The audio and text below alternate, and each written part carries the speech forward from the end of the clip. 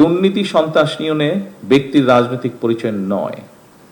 যে বা যারা অপরাধে লিপ্ত হবে তাকে আপনারা অপরাধী হিসেবেই বিবেচনা করবেন। কোনো ব্যক্তি বা দল কিন্তু আপনাদের নয়, বরং আপনারাই কিন্তু আইনের রক্ষক। জনগণের সঙ্গে পুলিশের সম্পর্ক হবে আইনগত এবং মানবিক।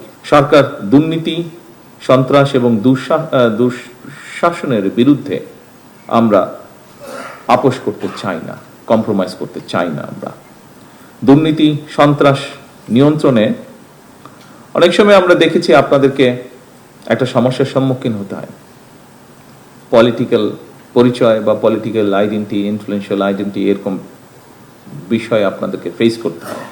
আমি পরিষ্কারভাবে আপনাদের সামনে আজকের এই অনুষ্ঠানে বলতে চাই যে দুর্নীতি সন্ত্রাস নিয়নে ব্যক্তির রাজনৈতিক পরিচয় নয়। যে বা যারা অপরাধে লিপ্ত হবে তাকে আপনারা অপরাধী হিসেবেই বিবেচনা করবেন।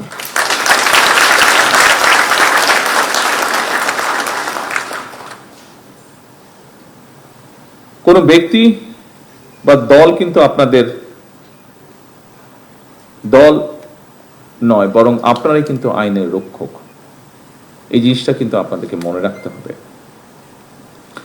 আপনারা দায়িত্ব পালন করবেন রাষ্ট্র এবং জনগণের কল্যাণে। একটু আগে আমি বলেছি, জনগণের সঙ্গে পুলিশের সম্পর্ক হবে আইনগত এবং মানবিক। যে জিনিসটা গতকাল বোধহয় একাধিকবার আমি জোর দিয়েছিলাম, জনগণের সঙ্গে সম্পর্কটা কি হতে হবে আমাদের। অন্য সকল কার্যক্রমের পাশাপাশি রাজনৈতিক অস্থিতিশীল পরিস্থিতি নিয়ন্ত্রণেও কিন্তু আপনাদের ভূমিকা কার্যক্রমের একটা উল্লেখযোগ্য সময় ব্যয় হয়। এটা দায়িত্বেরই অংশ, এটা কম বেশি পৃথিবীর সব দেশেই হয়ে থাকে।